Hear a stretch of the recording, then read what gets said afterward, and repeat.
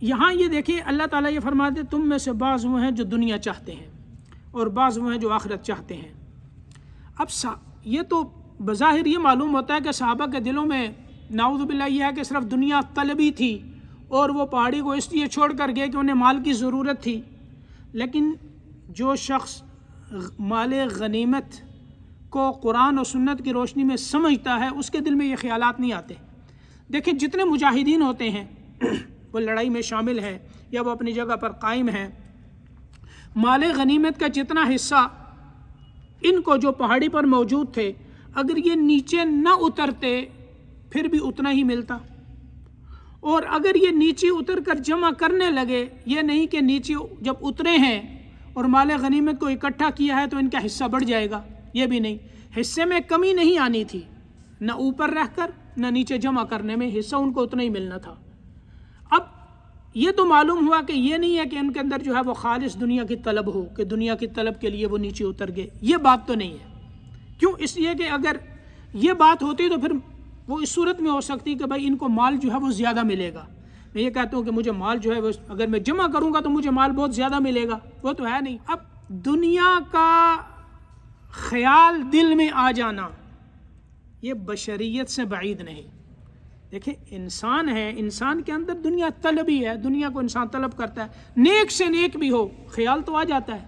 صحابہ کے دل میں بھی یہ خیال آ گیا، لیکن اللہ رب العزت اپنے نبی کے صحابہ کے دلوں کے اندر یہ خیال دیکھنا بھی پسند نہیں فرما رہے تھے کہ میرے نبی کے صحابہ کے دلوں میں دنیا طلبی کا خیال آ جائے، اس لیے فرمایا منکم من یرید الدنیا، تم میں سے بعض وہ ہیں جو دنیا چاہتے تھے اور بعض وہ ہیں جو آخرت چاہتے تھے، وہ پہاڑی پر باقی رہے۔ ثم صرفکم عنہم، پھر اللہ نے تم کو کفار پر غالب آنے سے ہٹا دیا۔ اب یہ جو معاملات ہوئے کیوں ہوئے؟ سزا کے طور پر؟ اللہ فرماتے ہیں نہیں، یہ سزا کے طور پر نہیں ہوئے۔ یعنی یہاں دیکھیے اللہ کی کیسی عنایات ہے صحابہ کرام پر۔ فرمایا لیبتلیکم، یہ جو کچھ ہوا اس لیے ہوا کہ اللہ تمہیں آزمانا چاہتے ہیں تاکہ منافق الگ ہو جائیں اور مومن الگ ہو جائیں۔ اور پھر وَلَقَدْ عَفَا عَنْكُمْ، آگے اللہ نے کیا فرمایا؟ یقین جانو اللہ نے تمہیں معاف کر دیا، آخرت میں بھی کوئی پکڑ نہیں ہوگی۔ یعنی یہ سارے حالات ہوئے، سب کچھ ہوا اور اللہ کی طرف سے معافی کا اعلان ہوا۔ واللہ ذو فضل علی المؤمنین، اللہ ایمان والوں پر بڑے فضل والے ہیں۔